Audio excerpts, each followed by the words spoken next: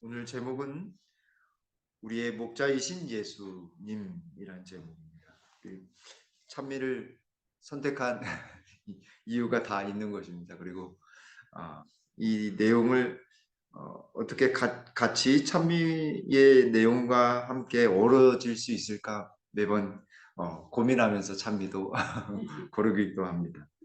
아, 오늘은 우리 목자 되신 예수님을 발견하는데 왜 예수님이 목자가 되시는지, 그리고 이 목자 되신 예수님을 어떻게 따를 것인지 그 얘기를 좀 나누려고 합니다.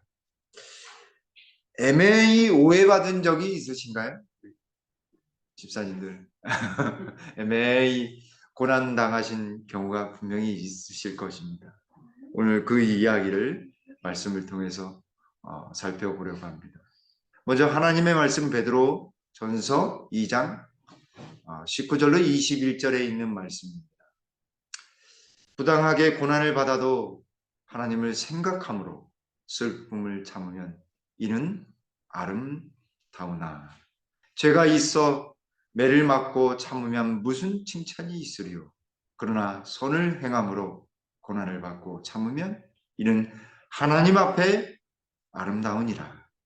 이를 위하여 너희가 부르심을 받았으니 그리스도 너희를 위하여 고난을 받으사 너에게 본을 끼쳐 그 자취를 따라오게 하려 하셨느니라. 아멘.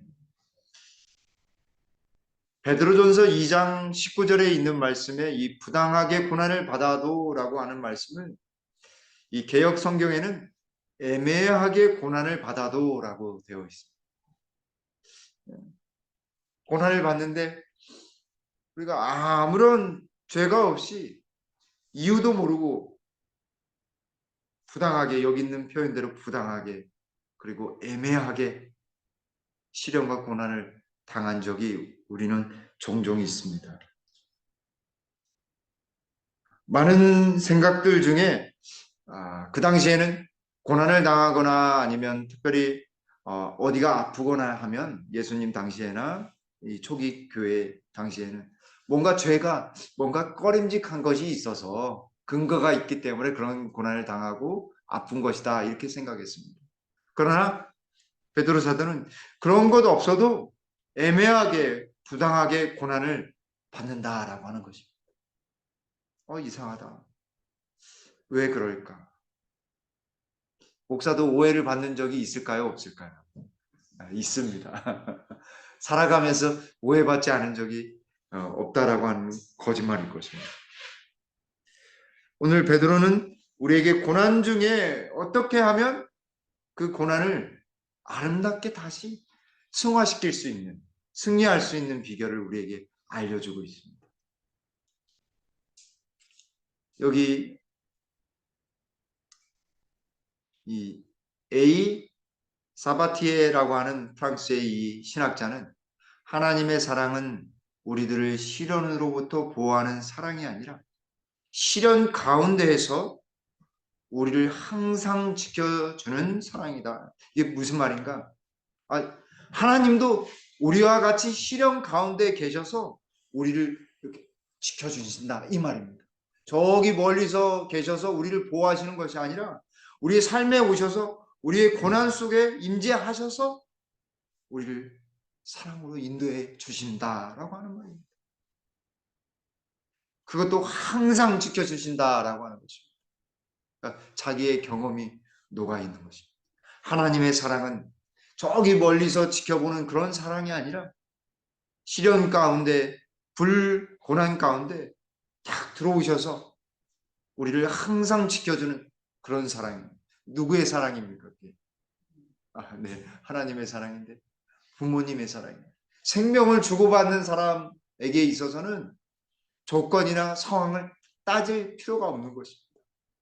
나의 자녀, 나의 가족, 나의 사랑하는 사람을 지키기 위해서는 어떤 조건이나 어떤 상황이 필요가 없는 것입니다.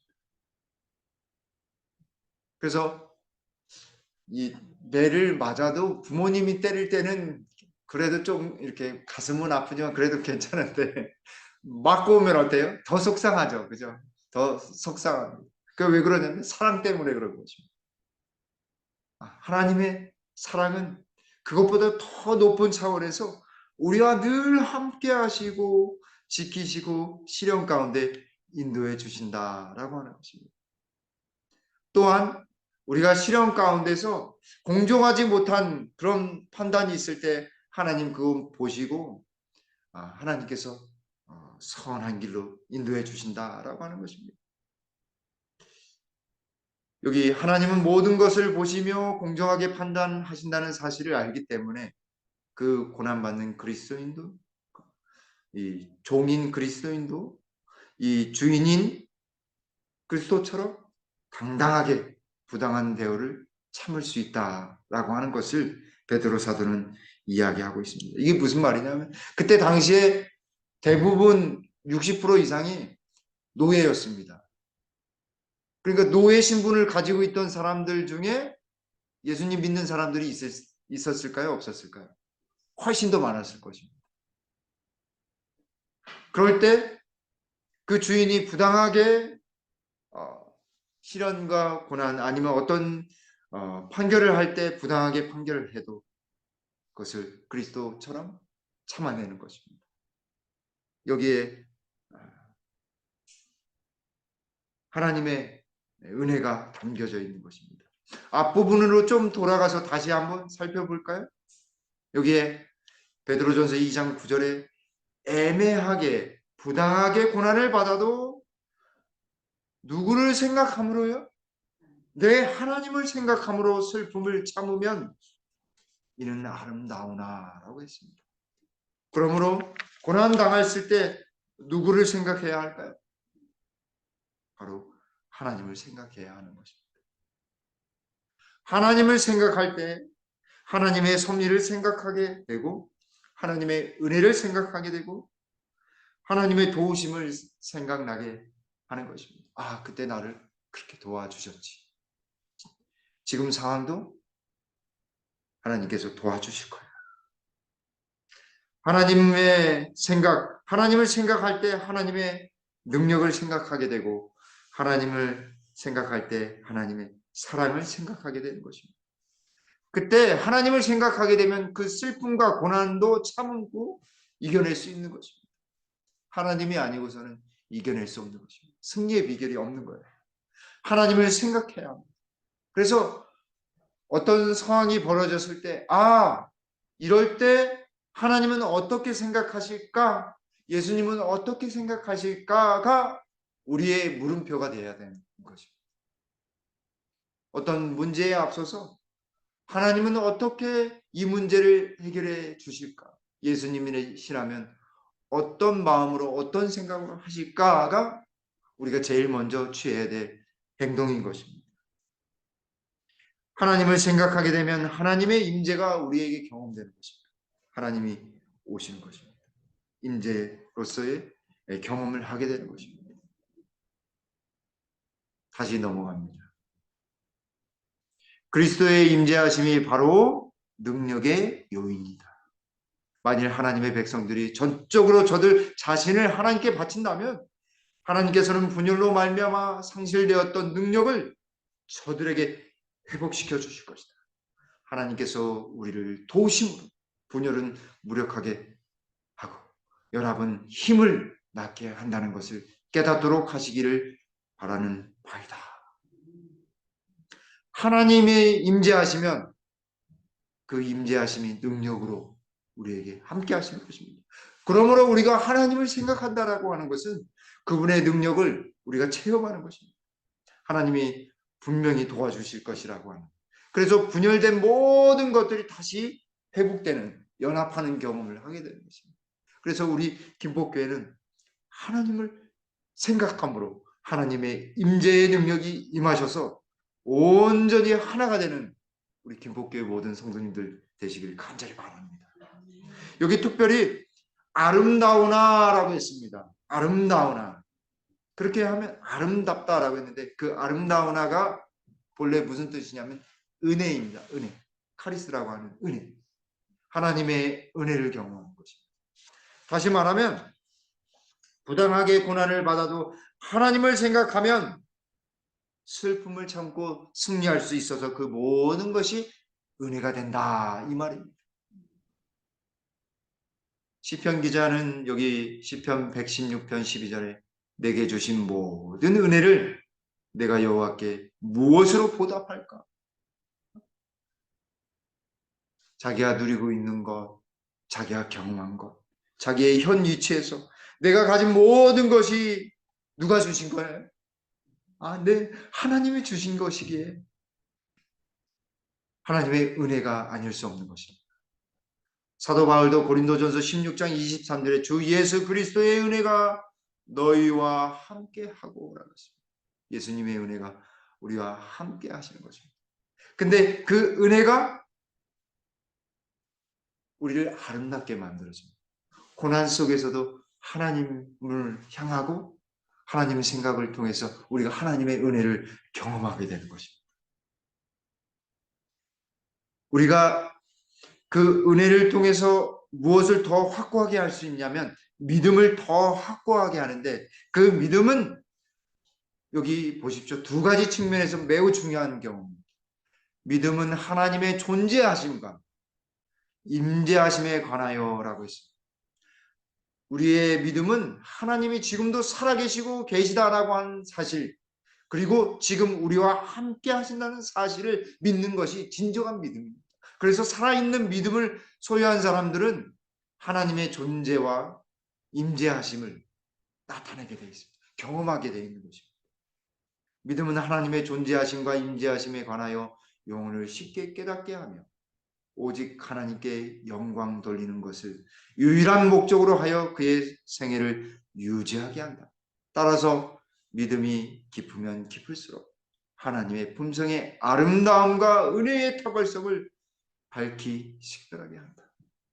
믿음이 연수가 정말 오래돼서 믿음이 깊어지면 깊어질수록 하나님의 품성의 아름다움, 그분이 주시는 탁월한 은혜를 알아볼 수 있다, 이 얘기입니다. 그런데 그것을 알아볼 수 있는 것은 믿음을 통해서인 것입니다. 믿음을 통해서 알아볼 수 있어요.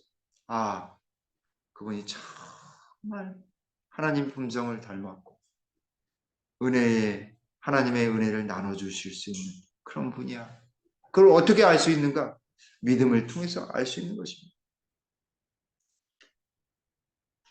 사도 베드로는 계속해서 이어서 20절에서 죄가 있어 매를 맞고 참으면 무슨 칭찬이 있으며 그러나 선을 행함으로 고난을 받고 참으면 이는 하나님 앞에 아름다우니라.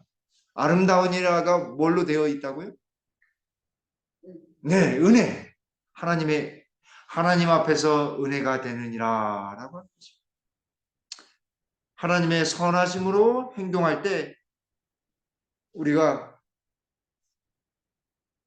하나님 앞에서 아름답게 은혜를 경험하게 되는 것입니다. 여기 베드로는 죄가 있어서 매맞고 그것을 참는 것, 그게 무슨 은혜가 되느냐, 칭찬할 것이 하나도 없다. 그러나 선을 행함으로 고난을 받고 참으면 하나님 앞에서는 아름답다라고 하는 것입니다. 하나님께서는 은혜로 여기신다라고 하는 것입니다. 그러므로 하나님을 믿는 백성들이 하나님의 뜻대로 행하고 믿음대로 행할 때에 고난을 받고 인내하면서 참으면서 갈 때 하나님이요 가만히 있지 않으신 것입니다. 하나님 앞에 아름다우니까 어떻게 하실까요? 하나님이 함께 하시는 것입니다. 하나님이 그들을 도우시는 것입니다. 하나님 앞에서 아름답는데 하나님이 가만히 계실까요? 은혜를 더 많이 내려주시는 것입니다. 우리를 더욱 은혜 있게 은혜 위에 은혜를 더욱 부어주시는 것입니다. 그래서 요한복음 1장에 예수님을 소개하면서 은혜 위에 은혜더라 라고 이렇게 말씀하시잖아요. 그래서 우리 예수님이 선을 행함으로 고난을 받고 참으면 인내하면 우리 예수님은 은혜 위에 은혜를 더해 주시는 것입니다. 저와 여러분들이 이 고난과 임재의 신앙 속에서 하나님의 은혜를 온전히 경험하게 되길 간절히 바랍니다. 두 번째는 사도 베드로는 부르심과 고난의 목적에 대하여 이야기합니다. 21절 이를 위하여 너희가 부르심을 받았으니 무엇을 위하여 우리가 부르심을 받았다라고 이야기하냐면 선을 행함으로 고난을 받아 하나님 앞에서 인내함으로 승리함으로 하나님 앞에서 은혜를 누리는 아름다움을 펼치는 그런 사람들이 되는 것으로 부르심을 받았으니 라고 이야기하는 것입니다. 그런데 거기서 끝이는 것이 아니라 예수님도 그리스도도 너희를 위하여 고난을 받으사 너희에게 본을 끼쳐 그 자취를 따라오게 하려 하셨느니라 라고 말씀하십니다. 누가 먼저 고난을 당하셨어요? 네, 예수님이 우리를 위하여 고난을 받으셨습니다. 나만 고난을 당하는 줄 알았더니 우리 예수님도 나보다 먼저 더 심한 고통, 인류의 모든 죄의 짐을 다 짊어지시는 엄청난, 그래서 그 죄의 힘이 얼마나 무거웠던지 예수님이 뭐가 파열돼서 돌아가셨어요? 네, 심장이 파열돼서 돌아가셨어요. 이 죄의 짐의 무게 때문에 심장이 파열돼서 돌아가신 것입니다. 그런데 이 고난을 받으사 너희에게 무엇을 끼쳤어요? 본을 끼쳤다. 모델이 되셨다 이 말입니다. 근데 이 본을 끼쳐라고 하는 말이 원래는 이 밑에 바닥에다가 그대로 본을 떠서 쓰는 것을 의미합니다. 본을 떠서 쓰는 것을 의미합니다. 그러니 예수님의 고난의 그 본은 바로 우리가 그대로 따라서 쓰는 것을 의미하는 거죠. 다시 말하면 완벽한 복사본이 되는 것입니다. 예수님의 삶을 우리가 사는 것이죠. 그 자취를 따라오게 하려는 것이다 라고 했습니다. 애매히 고난받고 고통받고 또 시련 가운데 있는 것은 그리스도의 삶을 그대로 따라서 그 자취를 따라오는 것입니다. 이것이 바로 제자도의 삶인 것입니다. 제자의 삶인 것입니다. 그렇게 하여서 더욱 예수님과 같은 품성이 되어서 하늘에 가도록 우리를 준비시켜 주시는 것입니다. 로마서 8장 28절에 우리가 알거니와 하나님을 사랑하는 자 곧 그의 뜻대로 부르심을 입은 자들에게는 모든 것이 합력하여 선을 이루느니라. 이거는 우리 공동체에게도 말씀하는 것이기도 하지만 우리 자신에게도 말씀하시는 것입니다. 우리가 고난당하고 기쁘고 그런 모든 것들이 다 한데 모여서 하나님의 선을 이루게 되는 것입니다. 하나님의 온전하신 선을 나타내게 되는 것입니다. 베드로 전서 2장 21절의 말씀을 현대어 성경에서는 조금 더 풀어서 이렇게 말씀하십니다. 이것을 위하여 여러분은 하나님께 부르심을 받았습니다. 그리스도께서도 여러분을 위하여 고난을 받으심으로 여러분에게 본을 남겨놓아 자신의 발자취를 따르게 하셨습니다. 그러니 그리스도의 발자취를 따라가십시오. 예수님이 이게 걸었던 그 발자국을 그대로 따르라고 하는 말로 이렇게 본을 떴다라고 하는 말을 그렇게 재해석한 것입니다. 예수님의 삶의 발자국을 하나하나 따라가는 것. 그래서 조금 힘들고 어려운 일이 있으시다고 한다. 고난 속에 있으시다고 한다. 예수님 발자취 따라오라고 하시는 것이구나. 이렇게 생각하시면서 기도하면서 예수님이 이기신 것처럼 우리도 승리해야 하겠습니다. 22절에 그는 죄를 범하지 아니하시고 그 입에 거짓도 없으시며 예수님이 고난을 받으셨지만 예수님의 삶 속에서는 죄가 하나도 없었습니다. 그 입에는 거짓이 없었습니다. 애매하게 고난을 받아도 임기응변으로 두리뭉실 넘어가는 일이 없으셨다 이 말이에요. 그래서 직접적으로 23절에는 이렇게 이야기합니다. 욕을 당하시되 맞대어 욕하지 아니하시고. 제 군대에서 욕을 막 세상 천지에 들어보지도 못한 욕을 많이 들어봤거든요. 근데 그 욕대로 이렇게 하면은 어떻게 됩니까? 싸우게 되거든요. 그걸 그대로 이렇게 쏟아내면 싸우게 됩니다. 그거는 예수님의 방법이 아닙니다. 욕을 당하시되 맞대어 욕하지 아니하시고, 예수님은 그렇게 대응하지 않으셨다 이 말입니다.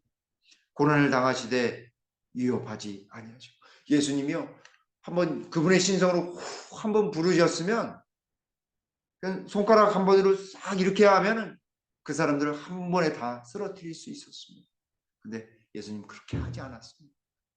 왜냐하면 예수님은 사랑의 목자이셨기 때문에 그렇습니다. 여기 고난을 당하시되 위협하지 아니하시고 오직 공의로 심판하시는 이에게 부탁하시며 라고 했습니다. 모든 것을 누구에게 다 맡긴 거예요? 하나님께 다 맡기는 것입니다. 제가 목회 초년에 나와서 얼마 안 있다가 몇 년 만에 어느 기관에 갔는데 거기에서 부당하게 제가 오해를 받게 되고 제가 나올 수밖에 없는 상황이 됐어요. 너무 억울한 것입니다. 제가 그래서 화폐에 가서 이 사실을 제가 다 뒤집어 쓰고 간다는 것이 너무 부끄럽고 너무 억울하다. 그러니 화폐장님하고 임원 목사님들이 풀어주셔야 돼요. 제가 그때는 너무 철이 없어서 그렇게 이야기했는데 나중에 보니까요. 하나님 말씀대로 하니까 이 말씀대로 하면 고난을 당하시되 위협하지 아니하시고 욕을 당하시되 맞대어 욕하지 아니하셨던 예수님의 모본대로라고 한다면 그 모든 것을 다 누구한테 맡겼어야 됐어요? 예, 하나님께 맡기니까요. 다 오해가 다 풀리고요. 나중에 와서는 목사님 다른 임지에 왔는데 그 모든 것이 해결되고 저를 오해했던 분들이 연락이 와요. 연락이 왔어요. 그때 목사님이 그렇게 변하지 않는 모습으로 이렇게 해주셔서 자기가 죄송했다고 미안했다고 이렇게 용서를 구하는 분들의 모습을 보게 되었습니다. 오직 공의로우신 하나님만이 그 모든 것들을 심판하실 수 있습니다.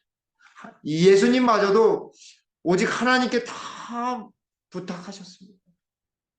그것이야말로 우리가 해야 될 일인 것입니다. 그렇다고 해서 그냥 다 뒤집어 써라 라고 하는 것이 아니라 예수님의 방법대로 하라라고 하는 것입니다.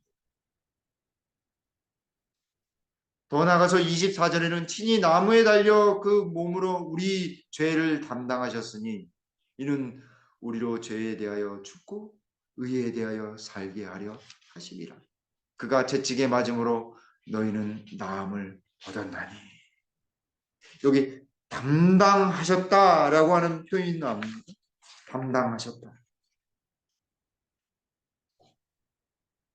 이사야서 53장에 나오는 말씀처럼 들리시죠?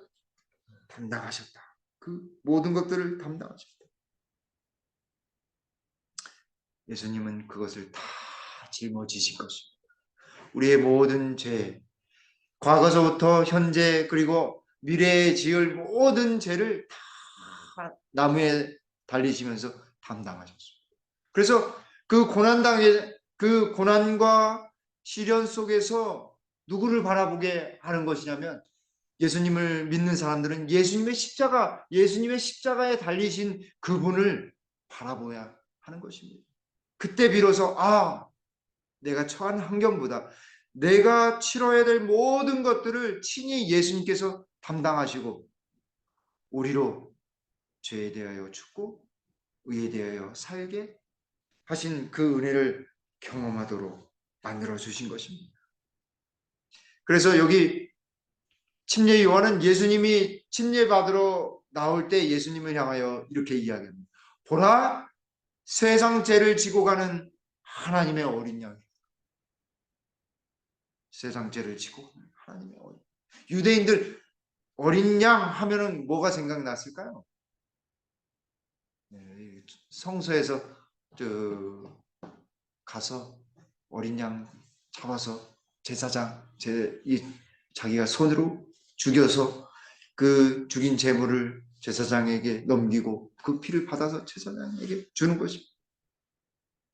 보라, 세상 죄를 지고 가는 하나님의 어린 양. 예수님을 볼 수 있었습니다. 침례 요한이 그렇게 영적으로 성공할 수 있었던 것은 세상 죄를 지고 가는 하나님의 어린 양이신 예수님을 바라보고 식별할 수 있었던 것입니다.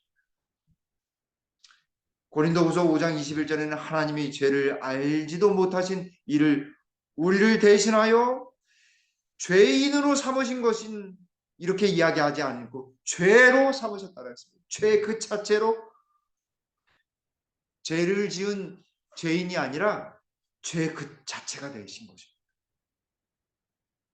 굉장히 놀라운 일입니다. 예수님이 그냥 돌아가신 것이 아니에요. 죄 그 자체가 되셔서 완전 적신으로 돌아가신 거예요. 우리로 하여금 그 안에서 하나님의 의가 되게 하려 하십니다. 나의 모든 죄를 그대로 다 지신 그 예수님. 고난 속에서 우리를 부르신 것은 바로 예수님을 바라보게 하신 것이었습니다. 그분은 항상 낮은 자세로 모든 것을 행하셨습니다. 그리스도께서 자기를 낮추시고 인성을 취하심으로써 사단의 품성과 정반대되는 품성을 드러내셨다. 어디에서 드러내셨어요? 네, 십자가상에서 그렇게 드러내신 것입니다. 자기를 낮추시고 죽기까지 복종하셨으니 곧 십자가에 죽으심이라. 그리스도께서는 우리로 당신의 받으실 만한 대접을 받기 위하여 우리가 받아야 할 대우를 받으셨다. 나무에 달릴 사람은 누구였어요? 저 자신이었습니다. 여러분 자신이었습니다. 그러나 예수님이 그 운명을 바꿔놓으신 거예요. 그것을 믿기만 하면 운명이 바뀌는 것입니다. 놀라운 구속의 과학이 아닐 수 없습니다. 그리스도께서 당신과 아무 상관이 없으신 우리의 죄를 인하여 정죄함을 받으신 것은 우리가 아무런 공로도 한 바 없는 당신의 의로 의롭다 하심을 받게 하시기 위함이었다. 고난 속에서 우리가 이길 수 있는 것은 예수님이 우리의 모든 것을 해결하시고 우리를 죄로부터 이기게 하셨기 때문입니다. 시대의 소망 25쪽에서 계속해서 하나님과 사람을 영원히 분리시키는 것이 사단의 목적이에요. 그러나 하나님은 불러내시는 것입니다. 부르시는 것입니다. 그리고 고난을 통해서 누구와 연합하도록요? 하나님과 연합하도록 하셨습니다. 누구 때문에요?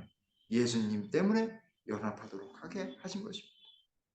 구주께서는 우리 인성을 취하심으로 결단코 끊어지지 않을 줄로 자신을 인간에게 붙들어 매셨다. 그는 영원한 시대를 통해 우리와 연결되셨다. 이게 좀 이렇게 영적으로 처음 만나는 사람이라 할지라도 영적으로 딱 만나면 통하는 거 아시죠? 그죠? 통하잖아요. 왜 통하냐면 예수님과 함께 연결되어 있기 때문에 통하는 것입니다. 영적인 것은 영적으로 통하게 되어 있어요. 우리를 영원한 줄로 붙들어 매주신 우리 예수님을 온전히 사랑해야 하겠습니다. 세 번째는 우리에게 사도 베드로는 우리를 인도하시는 우리의 목자이신 예수님을 소개합니다. 25절에 너희가 전에는 양과 같이 길을 잃었더니 이제는 너희 영혼의 목자와 감독 되신 이에게로 돌아왔느니라 라고 말씀합니다. 예수님이 양을 인도하시는 본으로 소개하고 있습니다. 예수님을 소개하고 있습니다. 양은 본래 눈이 시력이 별로 좋지 않다고 합니다.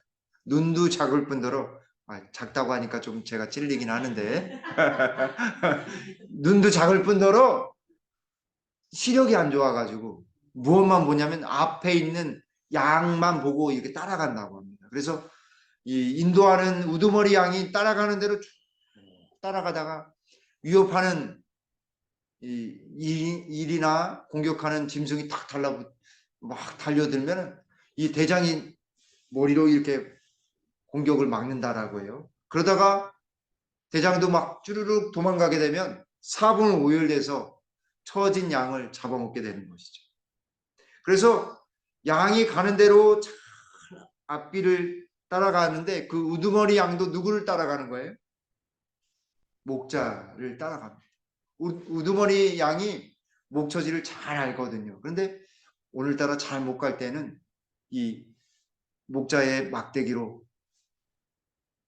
잘 인도해서 앞머리나 이 뿔을 톡톡 쳐주면 이쪽으로 가라라고 하는 것을 잘 알아서 이렇게 간다고 합니다.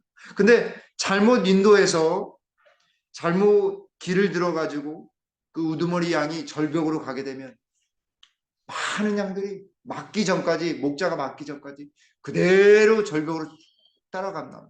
왜냐하면 눈도 잘 안 보이고 그대로 따라가니까 다 죽게 되고 만다는 것입니다. 그래서 목자는 눈을 뗄 수가 없습니다.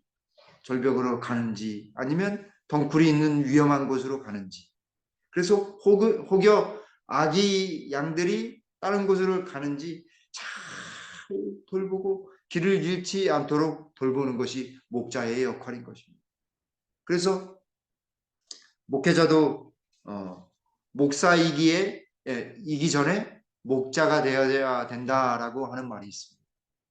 그게 무슨 말인지 아시겠죠? 교회에 이렇게 위쪽에 있는 것이 아니라 목자는 항상 양들을 돌보는 것처럼 성도님들을 돌보고 인도하고 좋은 길로 가도록 인도해야 된다라고 하는 것입니다. 다윗은 시편 23편의 이 목자의 시에서 첫 번째로 여호와는 나의 목자시니 내게 부족함이 없으리로다. 여호와 하나님이 나의 목자가 되시면 우리에겐 부족함이 없는 것입니다. 그분의 능력, 그분이 소유한 모든 것이 다 나의 목자이신 그분의 것이기에 우리는 온전히 그분을 따라가기만 하면 우리가 그 모든 것을 누릴 수 있게 되는 것입니다. 예수님께서 이 땅에 오셔서도 제자들에게 이렇게 말씀하셨습니다. 나는 선한 목자라. 선한 목자는 양들을 위하여 목숨을 버리거니와 라고 했습니다. 그냥 목자가 아니라 선한 목자라고 했습니다. 이게 무슨 소리냐면 선한 목자는 어디에 달려야 하는 것입니까? 네, 십자가에 달려 목숨까지도 버리는 목자야말로 진정한 목자다라고 하는 것입니다. 그런데 거짓 목자도 있을까요? 없을까요? 있습니다. 거짓 목자가 이 세상에 얼마나 많은지 모릅니다. 자칭 자기가 예수다, 하나님이다 라고 하는 사람들이 한국에만 500명이 넘어요. 전 세계적으로 가면 더 많고. 그러나 진짜 참된 선한 목자는 양떼들을 위하여 군림하거나 어떤 것을 착취하거나 어떤 것을 취하려고 하는 그런 목자가 아니라 진정한 선한 목자는 자기의 목숨마저도 버리는 사랑의 목자인 것입니다. 예수님만이 우리의 선한 참된 목자입니다. 종언복음 2권 114쪽에 있는 말씀입니다. 예수님께서 우리들을 개인적으로 아시며 우리의 연약함에 공감하신다는 것을 기억하라. 나만이 아는 나의 연약함이 있잖아요. 그렇죠? 그것을 예수님은 다 아십니다. 나의 개인적인 것, 나의 연약함, 나의 부족함을. 그런데 그것을 다 아시기만 하는 것이 아니라 그걸 공감해. 괜찮아. 괜찮아. 하늘 같이 가자. 괜찮으니까 하늘 같이 가자. 그렇게 말씀해 주시는 분이 우리 예수님이십니다. 그분께서는 모든 피조물들의 필요를 아시며 모든 사람의 마음속에 숨겨진 채 표현되지 않은 슬픔을 이끄신다. 나만이 가지고 있는 아무도 모르는 슬픔이 있어요, 없어요? 있습니다. 저 마음속 깊은 곳에 담겨져 있는 그 모든 것도 다 우리 예수님은 다 아시는 것입니다. 여기 녹색에 있는 말씀입니다. 예수님은 선한 목자이시다. 그분은 연약하고 병들고 길을 잃고 방황하는 양들을 돌보신다. 그분은 그들을 모두 이름까지 아신다. 한 사람 한 사람 이름까지 기억하시는, 저는 아직 다 우리 성도님들 이름 아직 이름은 아는데 얼굴하고 아직 다 매칭이 안 됐어요. 몇 분이 안 돼가지고 제가 이제 조만간에 매칭을 다 시킬 겁니다. 근데 우리 예수님은요 다 아셔요. 그 이름마저도 다 아십니다.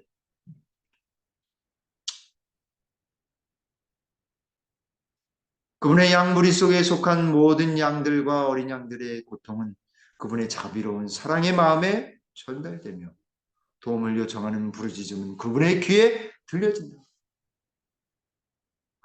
이스라엘의 목자들이 범한 가장 큰 죄들 중 하나가 선지자들을 통해 다음과 같이 지었고, 너희가 그 연약한 자를 강하게 아니하며 병든 자를 고치지 아니하며 상한 자를 싸매주지 아니하며 쫓긴 자를 돌아오게 아니하며 잃어버린 자를 찾지 아니하고 다만 강포로 그들을 다스렸도다.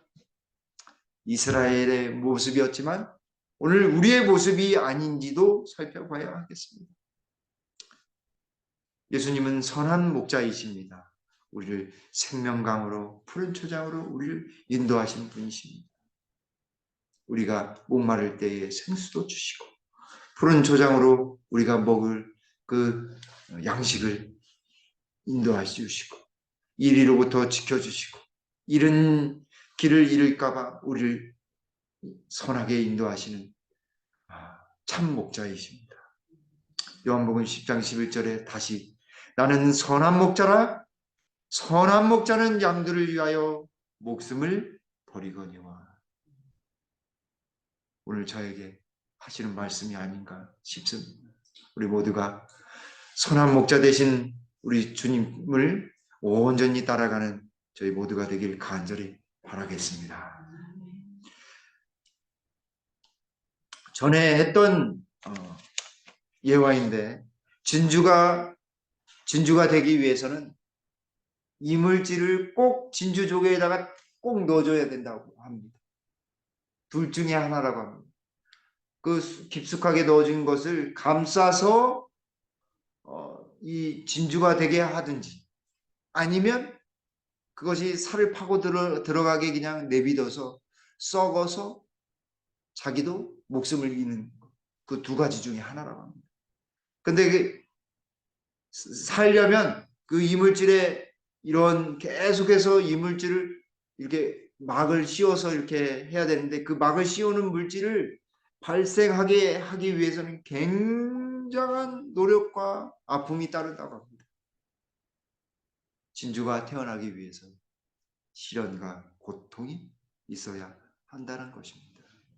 우리의 모난 품성을 아름답게 진주처럼 예쁘게 만들기 위해서 오늘도 우리도 힘겹지만 예수님이 하신 것처럼 그 고난의 발자국을 온전히 따라가는 저와 여러분들 되시기를 간절히 바라면서 말씀을 드리도록 하겠습니다.